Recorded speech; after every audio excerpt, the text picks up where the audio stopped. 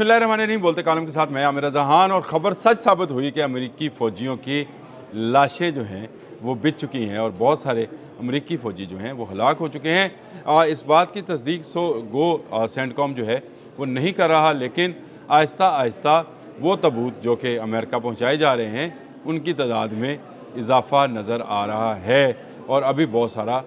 जो लाशें हैं वो छुपाई जा रही हैं, क्योंकि ईरान ने ताक ताक कर तमाम फ़ौजी अड्डों पर इनके फ़ौजियों को निशाना बनाया और उसके बाद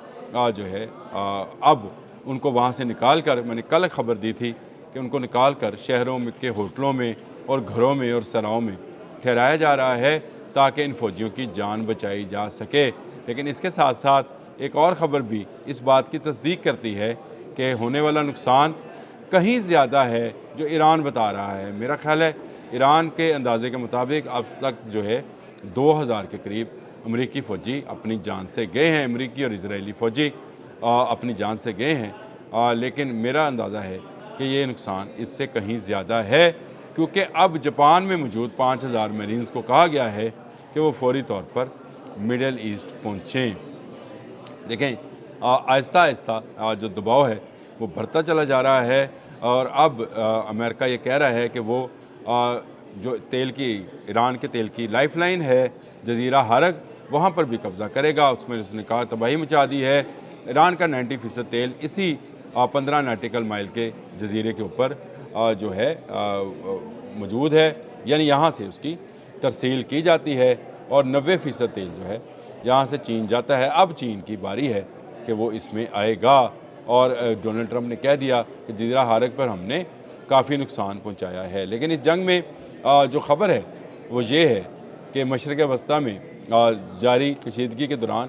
हलाकतों में इजाफ़ा, ये जो है BBC की आज की स्टोरी है, जो मैं आपसे कह रहा हूँ कि ये हो रहा है और ये होता रहेगा और ईरान जो है इस पर हमला करेगा। BBC ने आज एक और बड़ी ज़बरदस्त स्टोरी जो है वो भी पब्लिश की है, जिसमें उसने कहा कि अमेरिकी वज़ीर दिफ़ा की झंझलाहट जो है इस बात की अलामत महसूस हुई कि अमेरिकी इंतज़ामिया दबाव में है। ये कॉरस्पॉन्डेंस हैं जी नामा नगार बेटमैन। उन्होंने जब कल एक पीट हेग्सेथ ने प्रेस कॉन्फ्रेंस की, मीडिया कॉन्फ्रेंस की, उसके बाद निकलकर उन्होंने अपना ये तबसरा लिखा और इन्होंने इसमें लिखा कि मैं अभी पेंटागन से निकला हूँ,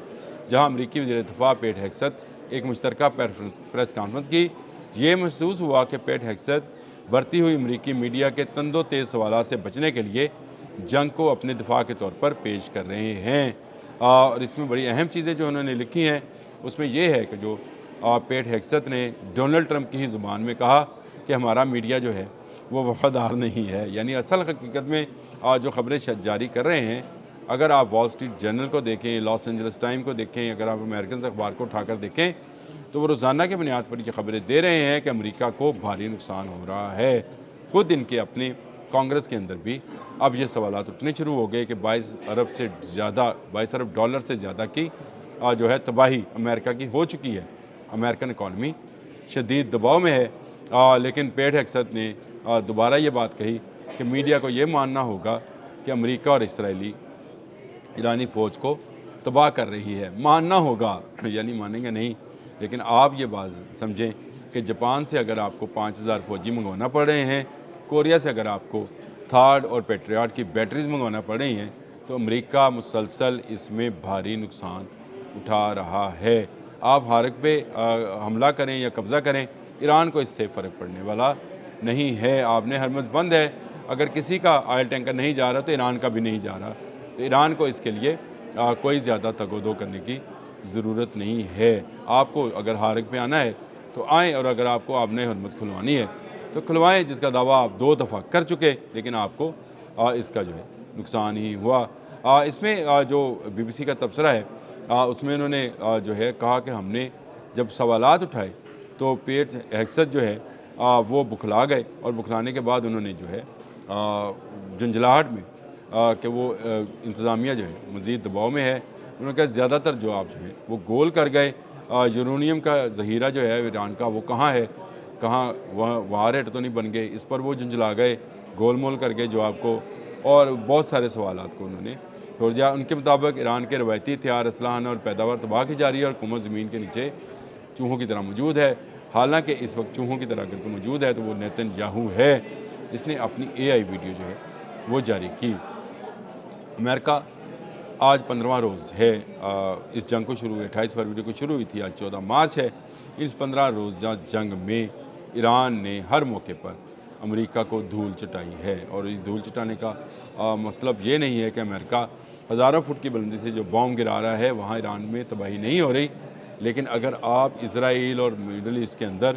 ہونے والی انفراسٹرکچر اور معاشی تباہی کو دیکھیں تو آپ کو ایران کی تباہی کم محسوس ہوتی ہے۔ ایران پر اتنے سارے ملک مل کر حملہ آور ہیں اور ایران اکیلا ان کا مقابلہ کر رہا ہے۔ یہ بہادری اور یہ جرأت اور یہی فتح کی علامت ہے کہ ایران ان سے مار نہیں کھا رہا۔ ان کے لاشوں، ان کے فوجیوں کی لاشوں کو وہ جو ہم بچپن میں پڑھا کرتے تھے کشتوں کے پشتے لگا دیے گئے، کشتوں کے پشتے نہ بھی لگے ہوں تو اس کا مطلب یہ ہے کہ سینکڑوں کی تعداد میں امریکی مرینز اور فوجی جو ہیں وہ اب تک ہلاک ہو چکے ہیں۔ مزید بحری بیڑے جو ہیں وہ منگوائے جا رہے ہیں، کیونکہ پہلا بیڑا جو ہے ابراہیم لنکن، میں نے کل اس کے بارے میں خبر دی تھی کہ اسلامی پاسداران نے اس کو نقصان پہنچایا۔ صرف میں نے نہیں دی تھی، انٹرنیشنل میڈیا نے بھی یہ بات کی تھی۔ اور آج اور بھی بہت ساری خبریں باشمول اس کے کہ سعودی عرب میں بھی ان کے آئل ٹینکر کے 5 جہاز جو ہیں وہ تباہ کیے گئے ہیں۔ تو اگر یہ 5 جہاز تباہ ہوئے ہیں تو اس کا مطلب یہ ہے کہ تباہی اور بھی ہوگی، ابھی آپ نے تصدیق کرنا ہے۔ پیٹ ہیگسٹ اگر جنجلاہٹ کا شکار ہیں تو اس کا مطلب یہ ہے کہ امریکی جو صدر ہیں اور امریکی گورنمنٹ جو ہے اپنی وار پالیسی پر دباؤ کا شکار ہے۔ کہا جا رہا ہے کہ امریکہ کے اندر 74% لوگوں کا خیال ہے کہ امریکہ اس جنگ میں ہار رہا ہے، اور 74% لوگوں کا خیال ہے کہ ایران کے خلاف اس جنگ میں نہیں جانا چاہیے تھا۔ لیکن اسرائیل کے کہنے پر، اور یہ جو اسرائیل کے کہنے والی بات ہے اس پر تقریباً 90% لوگ جو ہیں، یہ ان کے اعداد و شمارے میرے نہیں، 90% لوگ جو ہیں یہ کہہ رہے ہیں کہ یہ جنگ اسرائیل کے کہنے پر شروع کی گئی ہے، جو اتنے بڑے USA کی پالیسی جو ہے فارن پالیسی، اس میں مڈل ایسٹ پالیسی جو ہے اس کو ہیڈ کرتا ہے۔ یعنی امریکہ اپنی پالیسی خود نہیں بنا رہا، مڈل ایسٹ کے اندر جو اس کی پالیسی ہے اس کو ہیڈ جو ہے اسرائیل کر رہا ہے، اور اسرائیل کی پالیسی یہ ہے کہ وہاں پر تمام اسلامی ممالک پر قبضہ کر کے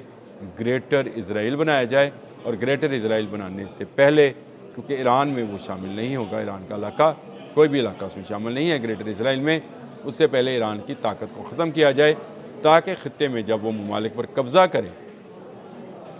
جو گریٹر اسرائیل کا نقشہ ہے وہ افریقہ کے مصر سے لے کر صومالیہ اور پھر سعودی عرب کا بہت سارا علاقہ، اور اس کے بعد یہ تمام جو مڈل ایسٹ کی ریاستیں ہیں ان پر جب وہ قبضہ کرے تو ایران اس کا مقابلہ نہ کرے۔ یہ تمنا اور یہ لے کر، یہ خواہش لے کر شاید نیتن یاہو جہنم واصل ہو چکا ہے، یا ہونے والا ہوگا یا ہو چکا ہے، لیکن یہ بات طے ہے کہ امریکہ کو اس جنگ میں ایران نے ایسی شکست دی ہے جس کا وہ تصور نہیں کر پا رہا تھا۔ میں نے آپ کو بتا دیا جنجلاہٹ کا بھی، اور میں نے آپ کو بتا دیا کہ یہ اپنے نئے فوجی جو ہیں میدان میں لا رہے ہیں، کیونکہ پرانے یا زخمی ہیں یا مر چکے ہیں، اور ان کے تابوت امریکہ میں جا کر جب دفنائے جائیں گے تو امریکہ میں ایک نیا ہنگامہ پھوٹ پڑے گا۔ اب تک کے لیے اتنا ہی، اللہ حافظ۔